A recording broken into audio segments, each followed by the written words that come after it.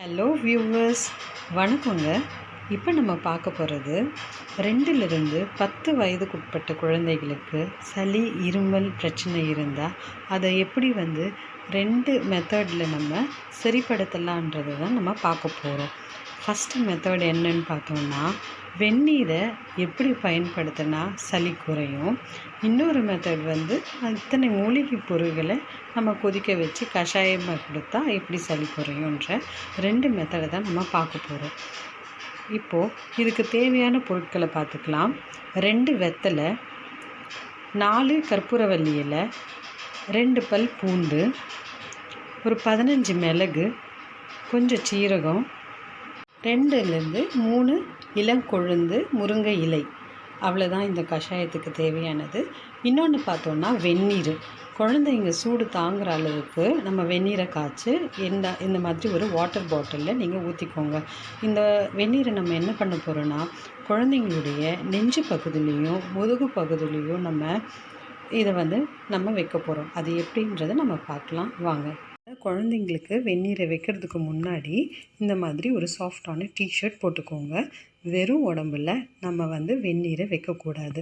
இந்த மாதிரி சாஃப்டான ஒரு துணி போட்டுட்டு அதுக்கப்புறமா வெந்நீரை எடுத்துட்டு குழந்தைங்களுடைய நெஞ்சு பகுதியில் இந்த மாதிரி நம்ம வச்சு 5லேருந்து 10 நிமிஷம் வரைக்கும் நம்ம வச்சு எடுக்கணும். அப்போ தான் அந்த சூடு குழந்தைங்களுடைய நெஞ்சு சளியை கரைச்சிட்டு காலையில் மோஷன் வழியாகவும் வாமிட் வழியாகவும் குழந்தைங்களுக்கு வெளியேறிடும். இந்த மாதிரி நீங்கள் ஒத்தி நெஞ்சு பகுதியிலையும் முதுகு பகுதியிலையும் பண்ணும்போதே குழந்தைங்க ரிலீஃபாக ஃபீல் பண்ணுவாங்க. இருமல் இல்லாமல் நல்லா தூங்கவும் செய்வாங்க. நிமிஷம் ஆனதுனால இந்த வெந்நீருடைய சூடுடைய தன்மை குறைஞ்சிருக்குங்க. அதனால் மறுபடியும் சூடுபடுத்திட்டு அந்த சூடை உங்கள் கையால் நல்லா இந்த மாதிரி ஒத்தி எடுத்துட்டு அதை குழந்தையுடைய நெத்தியில், காதில், மூக்கில் ஒரு 5 நிமிஷம் ஒத்தி எடுங்க. இந்த மாதிரி பண்ணும்போது குழந்தைங்களுக்கு தலைக்குள்ளே இருக்க நீரெல்லாம் கரைஞ்சிரும். இப்போ நம்ம செகண்ட் மெத்தட் பார்க்கலாம். நான் இந்த எல்லா மூலிகை பொருளையும் ஒரு பாத்திரத்தில் போட்டுட்டேன்.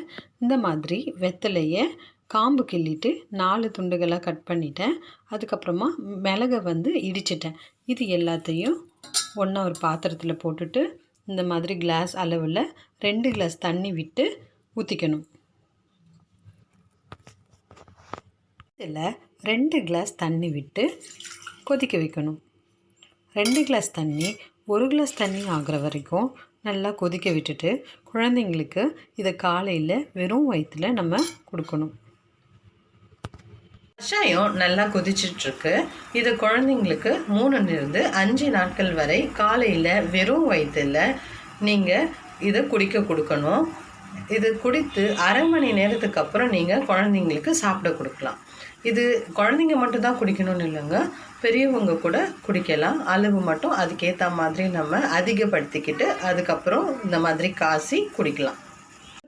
கஷாயம் ரெடி ஆகிடுச்சு. இதை நம்ம நல்லா வடிகட்டிட்டு குழந்தைக்கு வெதுவெதுப்பான சூடில் கொடுங்க. அடிக்கடி கொஞ்சம் வெந்நீர் வெதுவெதுப்பான சூடில் குழந்தைங்களுக்கு கொடுத்துட்டே இருங்க. சீக்கிரமாக சளி கரையும். இந்த 2 மெத்தடை தான் நான் என் குழந்தைங்களுக்கு ஃபாலோ பண்ணிகிட்ருக்கேங்க. நல்ல ரிசல்ட் கிடச்சிருக்குங்க. அதனால தான் இந்த மெசேஜை நான் உங்களுக்கு ஷேர் பண்ணுறேங்க. இதை நீங்களும் ட்ரை பண்ணிவிட்டு எனக்கு கமெண்ட் பண்ணுங்கள். இந்த வீடியோ உங்களுக்கு யூஸ்ஃபுல்லாக இருந்துச்சுன்னா லைக் பண்ணுங்கள், ஷேர் பண்ணுங்கள், சப்ஸ்கிரைப் பண்ணுங்கள். தேங்க்யூ.